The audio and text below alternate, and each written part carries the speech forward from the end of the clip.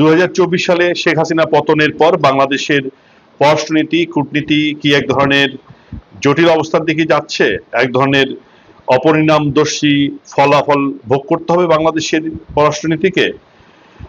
বাংলাদেশ কি সেই অগ্নিকুণ্ডের মধ্যে আত্মাহুতি দিতে যাচ্ছে সেই পতঙ্গের মতো? দর্শক, আজকে ভিডিওতে আমরা বাংলাদেশের পররাষ্ট্রনীতির একটি গুরুতর অনুষঙ্গ নিয়ে কথা বলবো। আলোচনার শেষ পর্যন্ত আপনারা থাকবেন।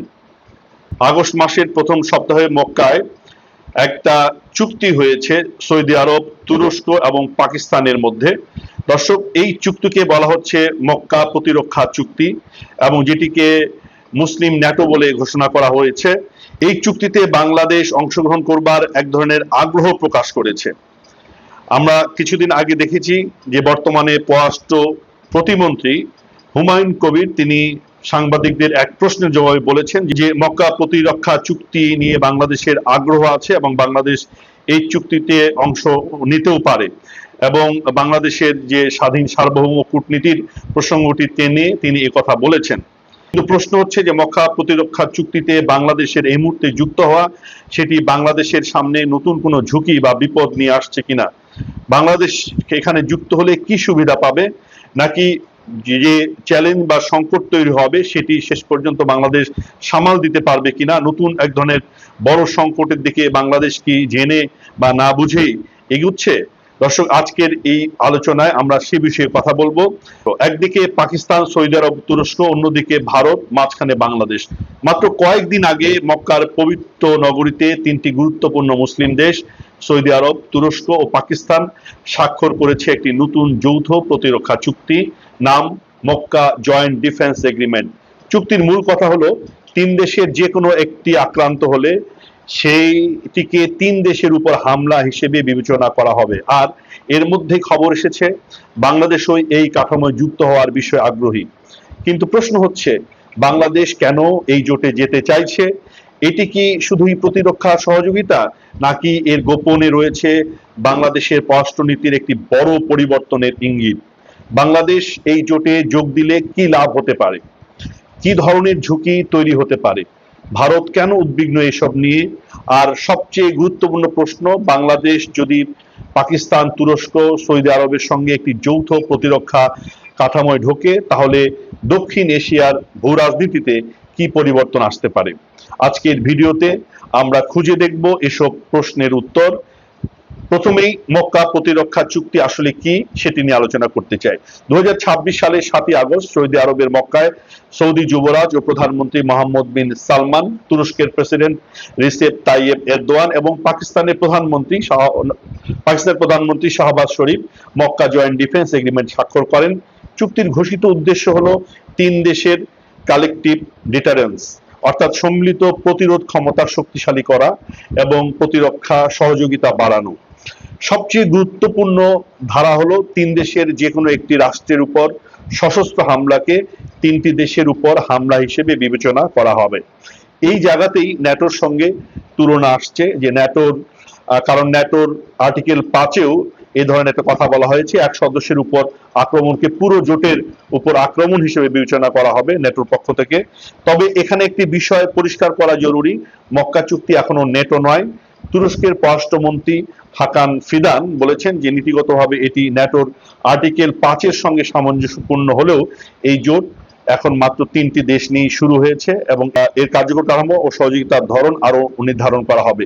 অর্থাৎ এটি এখন একটি প্রতিরক্ষা ও কৌশলগত সহযোগিতার কাঠামো যার ভবিষ্যৎ বিস্তার নিয়ে আলোচনা চলছে। কেন এই চুক্তি এখন? এর পিছনে রয়েছে বদলে যাওয়া মধ্যপ্রাচ্য।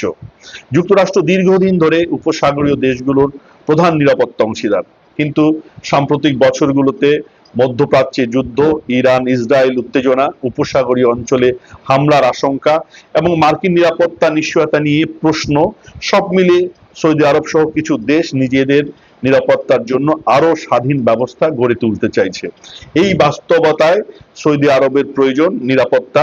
তুরস্ক দিতে পারে সামরিক প্রযুক্তি ও প্রতিরক্ষা শিল্প, আর পাকিস্তানে রয়েছে বড় সামরিক বাহিনী, দীর্ঘ সামরিক অভিজ্ঞতা এবং পারমাণবিক সক্ষমতা।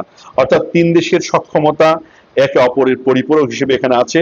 তুরস্কের প্রতিরক্ষা শিল্প, সৌদির অর্থনৈতিক শক্তি এবং পাকিস্তানের সামরিক সক্ষমতা। এই তিনটি এক জায়গায় এলে একটি শক্তিশালী আঞ্চলিক নিরাপত্তা কাঠামো তৈরি হতে পারে। তাহলে বাংলাদেশ কি এই শক্তিশালী আঞ্চলিক নিরাপত্তা কাঠামো যুক্ত হতে চাইছে? কেন বাংলাদেশ আগ্রহী? এখানেই সবচেয়ে গুরুত্বপূর্ণ প্রশ্ন।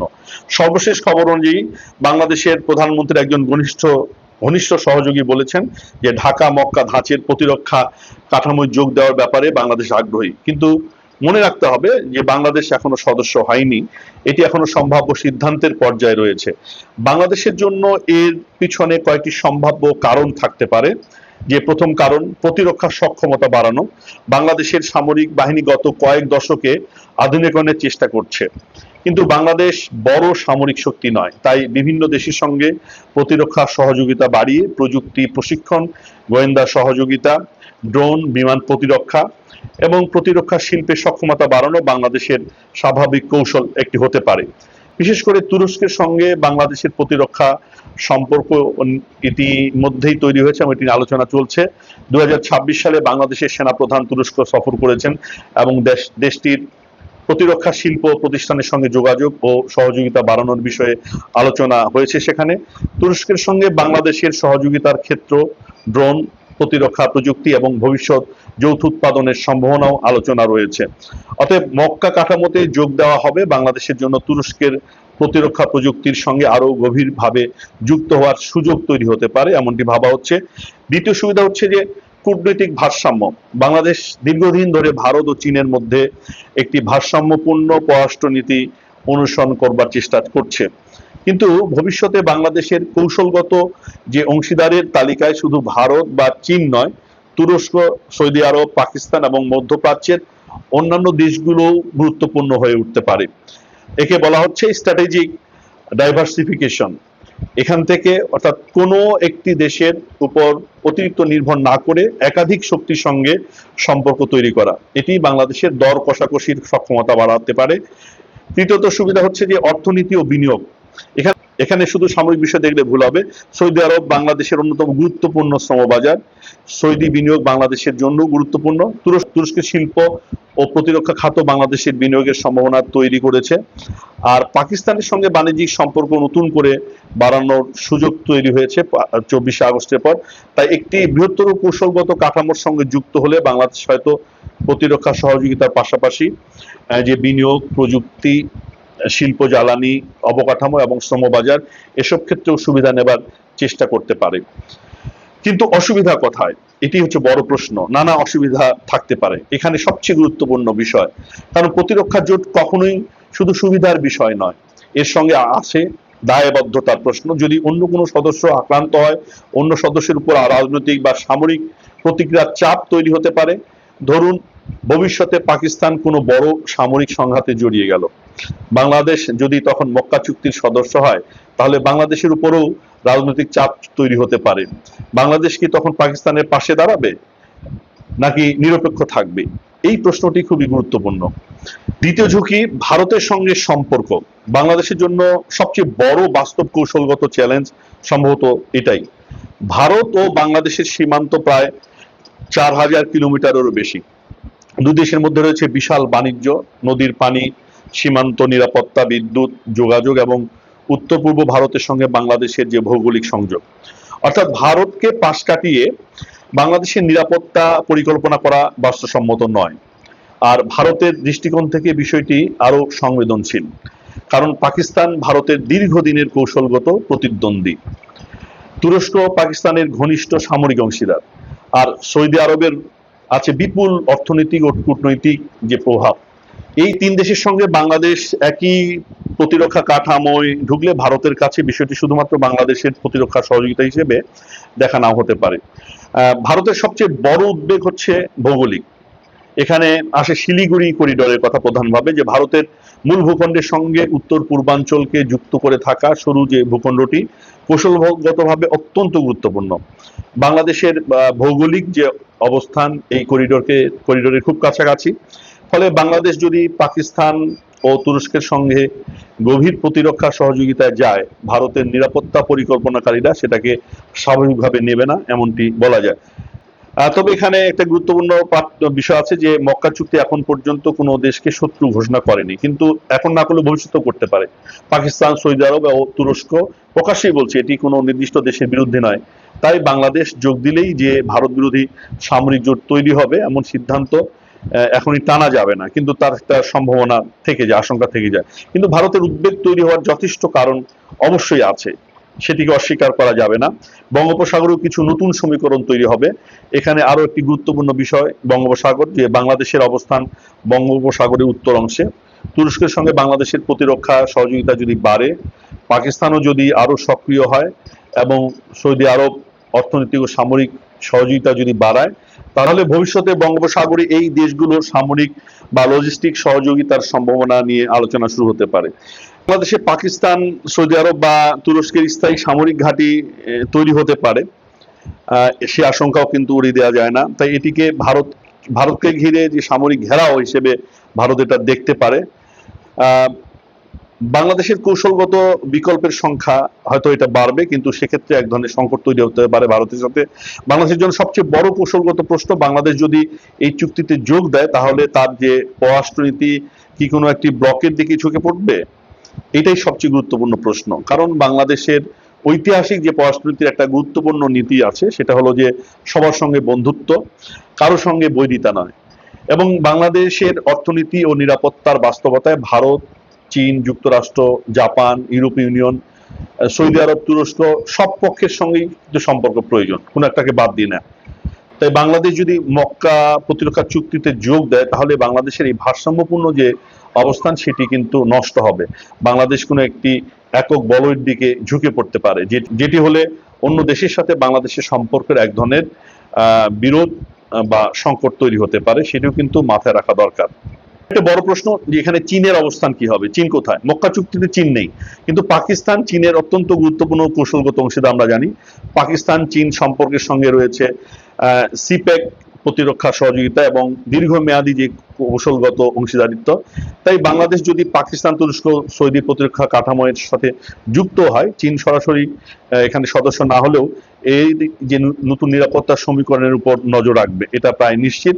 বাংলাদেশ যদি পাকিস্তান, তুরস্ক, সৌদির প্রতিরক্ষা কাঠামোর সঙ্গে যুক্ত হয়, তাহলে এই যে নতুন নিরাপত্তা যে সমীকরণ তৈরি হবে এটার উপরে কিন্তু চীন পর্যবেক্ষণ রাখবে।